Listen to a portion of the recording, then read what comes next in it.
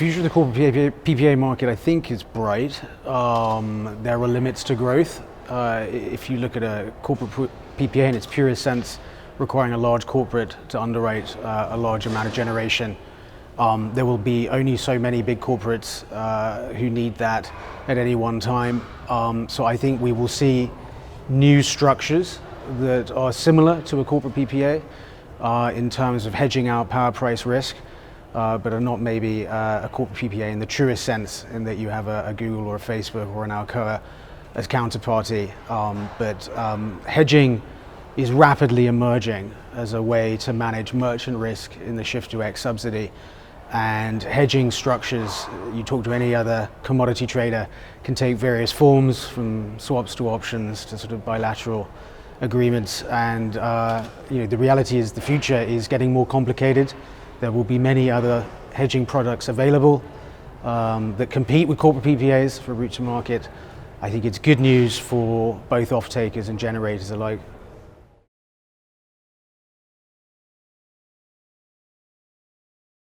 To understand where corporate off-takers are leading, you have to look at a sort of region market basis. So in the Nordics, where we've done a significant amount of business in the last 3 years, I think we've done 5 or 6 large corporate PPA deals.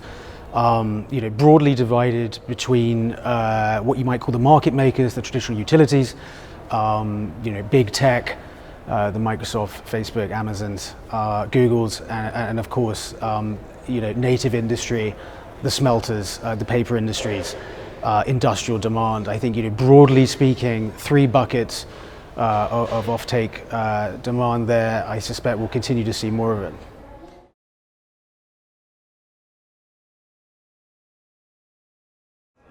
I mean, we are actively advising clients on a project by project basis, but to retain some optionality in the way they manage merchant risk. So yes, by all means, let's negotiate a floor, let's negotiate a hedge that supports a level of debt capacity. But you want to keep some upside. You want an equity story in the first 10 to 15 years. You don't want that corporate PPA purely amortizing your debt or acquisition costs. So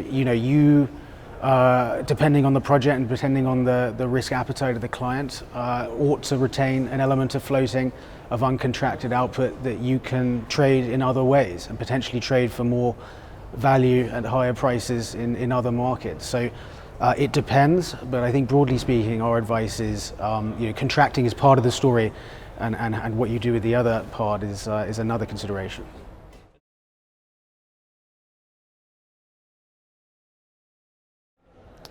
I would say, from an ex-subsidy perspective, certainly Finland, where we've done some very significant deals this year. One in the last couple of weeks with Google, which I think was Finland's largest ex-subsidy project. We are excited in the same way others are by Spain. We see a lot of new capacity coming through in a fast-changing market. UK and Ireland, our doorstep, remain important to us. And are going through periods of change right now that we expect will see new capacity coming through. So pockets of growth across Europe, and I think the future is bright for people that can understand and manage merchant risk.